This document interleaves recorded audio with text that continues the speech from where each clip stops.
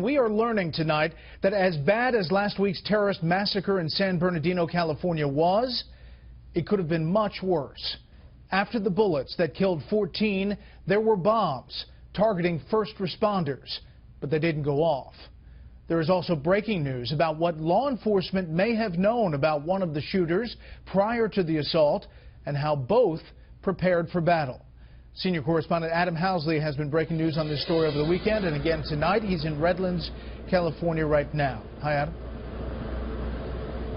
Hello, Bret. Yes, Fox News has learned that law enforcement does believe it was very likely that the 3 bombs left at that inland regional center may have been intended to go off as first responders responded to the scene. They say that's obviously a very clear indication of what happens generally with overseas. It's a hallmark of overseas attacks, I'm told. The intent obviously not only to kill those first responders, but also to send a message to other first responders in other areas of the country. They may have to respond to similar scenes at some point in the near future.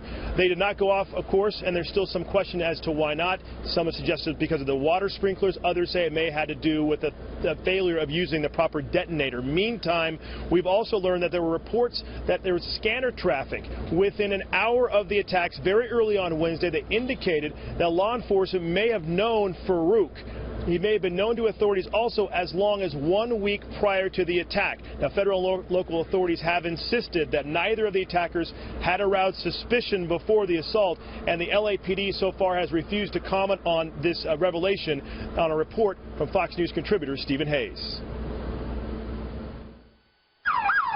Just days before the deadly rampage, at least one of the San Bernardino killers prepared for their mission, spending time here, the Riverside Magnum shooting range. Law enforcement sources tell Fox News Saeed Farouk shot his own AR-15 and handgun.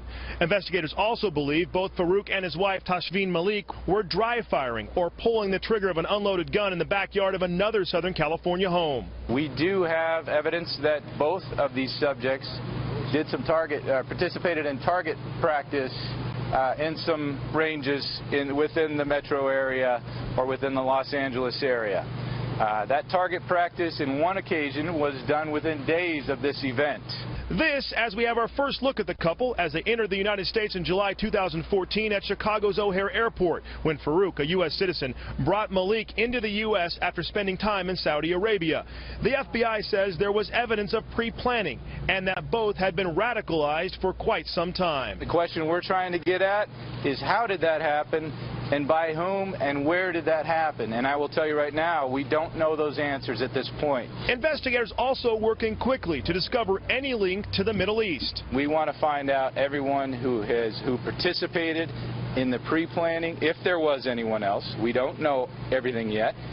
We want to find out everyone who profited from it, finance it, and I'm not saying there is anything like that, but we will leave no stone unturned. Meanwhile, San Bernardino County reopened its offices Monday with armed guards and additional security measures and says it won't give in to terror. No December 2nd anywhere.